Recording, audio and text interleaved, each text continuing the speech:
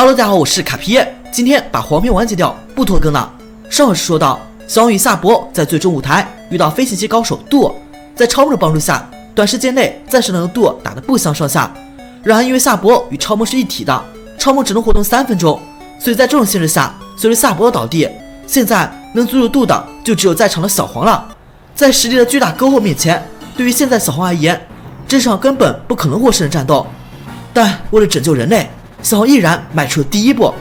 我们先来看一下小黄这边阵容，几乎除了皮卡丘之外，没有什么特别能战斗的宝梦。但这并不是因为经验值不够，而是因为小黄每次在他们进化前按下 B 键阻止了他们的进化。此时杜骑着快龙已经飞向火山口，而小黄则站在火山口上方边缘的地面，熔浆在下面的火山口不断沸腾着。原来杜早让快龙与暴龙藏在地下，是为了让地壳运动为火山喷火而蓄力。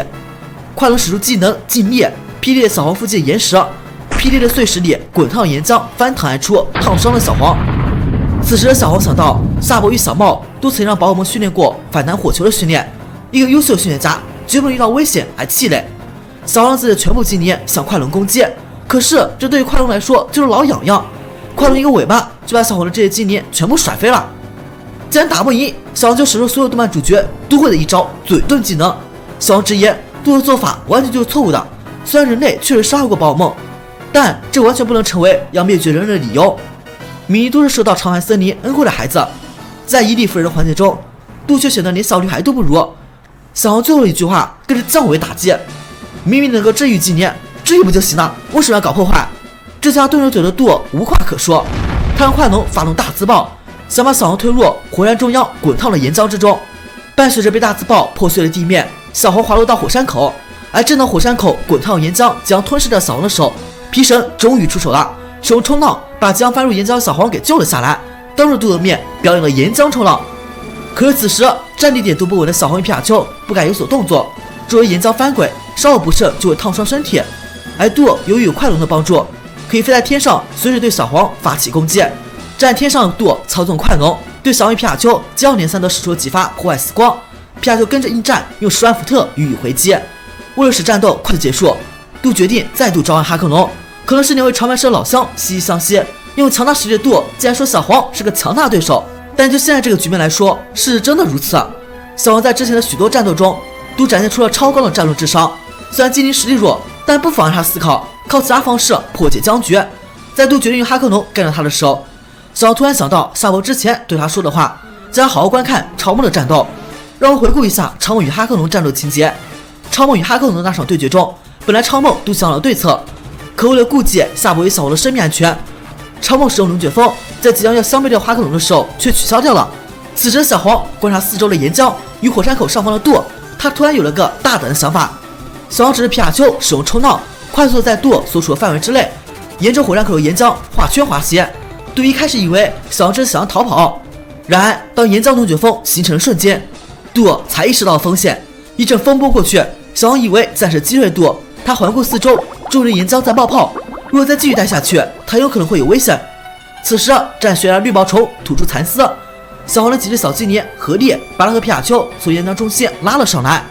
然而正当小黄与皮卡丘转身跑了片刻，狰狞的笑容从他身后传出，是的，杜根本就毫发无伤。原来他急召唤出了暴龙与哈克龙配合使用泡沫光线，制造出巨大的泡沫包裹住杜，所以才没有受到熔浆的吞噬。杜只为暴龙使用泡沫光线，然而这些泡沫居然是透明的，小黄看不清楚攻击，自然就被打伤了。还有绿毛虫吐出蚕丝帮小黄包扎，这绿毛虫简直是这个队伍里的随队医生啊！小黄凭借聪明的头脑，立马猜测只有利用太阳光3原色的原理，让泡沫变为透明的。为应付这透明的泡泡，小黄急中生智，想出了好对策。他用绿毛虫吐丝形成网线，当透明泡泡触碰到网线的时候，拉达敏锐的胡须就可以感受到其震动。再加上橘兽在绿毛虫吐的丝上沾了水滴，皮卡丘的电更加容易传导。最后派的嘟嘟承担着伙伴一切，对杜使出撞击。杜此刻也意识到这是圈套，直言战术不错，但是这攻击力度根本就伤不到我，可悲啊！你们的力量太弱小了。就在杜打算下死手的时候，一道身影抱住了小黄。小黄在弥留之际感到有人在帮他，但还是说道：“若不是长盘的训练家，是打败不了小杜的。别担心，我也是长盘的训练家。”我的板木老大闪亮登场。皮卡丘看到板木的到来，突然有些激动，因为毕竟有过节嘛。还有小黄积极控制住了皮卡丘，但也不禁产生疑问，他到底是不是自己人啊？板木老大朝杜伸出手指轻轻的勾起，自信从容的笑容挑衅着杜，但杜也不是好对付的，立马就要使出透明的泡沫光线。小黄见状赶紧提醒，但板木老大却一点都不慌，他召唤出铁甲暴流，掀起地面的沙尘，让泡沫现形，然后在召唤出泥多后将泡沫全部打碎。随后在大招比拼中，板木将自己王牌大阵风的精灵球丢在杜的身边，精灵球刹那间打开，大阵风飞速使出绝招双针，三下五除二就将杜给捆绑了。小黄都不禁感叹板木的强大。板木也直言，虽然自己是地面系的馆主，对地面系之外的其他宝可梦都不是很擅长，但这只大阵风是除外的，这是从长盘森林里训练出来的最强大阵风。怎么样？你刚说力量不足，那我的大阵风怎么样呢？此时板木让大阵风的刺对准杜的脖子，一副胜券在握的样子。从杜的话中，小黄此时才得知眼前这个男人就是长盘道馆馆主，也就是曾经破坏过长盘森林的人。正当板木要处决杜的时候，板木身上徽章突然亮起强光，杜的阴谋终于得逞了。回顾之前的剧情，杜想要集齐8枚徽章，召唤出洛奇亚，毁灭整个大陆，帮他制造理想精灵国。而此时的板木就是最后一个徽章持有者，现在大功告成。天一亮，这就到了镇上空，就有梦幻的宝物出现。杜奇化石一龙飞向天空，没有顾及自己快乐状态。由于之前的战斗，他早就已经疲惫不堪了，但仍阻挡在小黄的面前。而杜则一心想看洛奇亚出场。不过，这真的是洛奇亚吗？怎么感觉有点怪呢？小黄很气愤，这可是为杜立下赫赫战功的快龙啊！他竟然不管不顾。而从快龙的身上，小黄感受到了快龙对杜的崇拜。杜是要完成他们这些被人类伤害的宝可梦的愿望，所以才拼尽全力。但小黄却大声地喊道：“为此消灭所有的人类是绝对不对的！”他来到杜的面前，此时他已经没有了图鉴，即使有，他也不会再去取消了。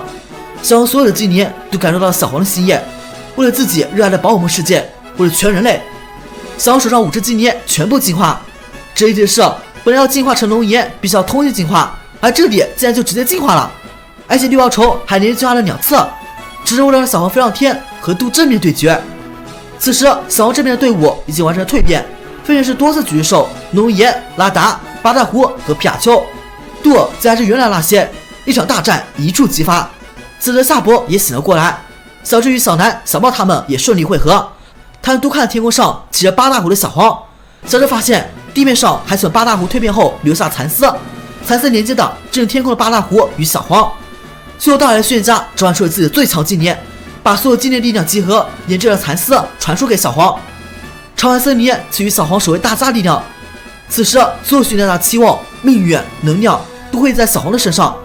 这样说长盘森林维护了孩子们之间的宿命对决，那就让这位小女孩来收尾吧。皮卡丘接受精灵们的力量，使用了最强技能100万伏特，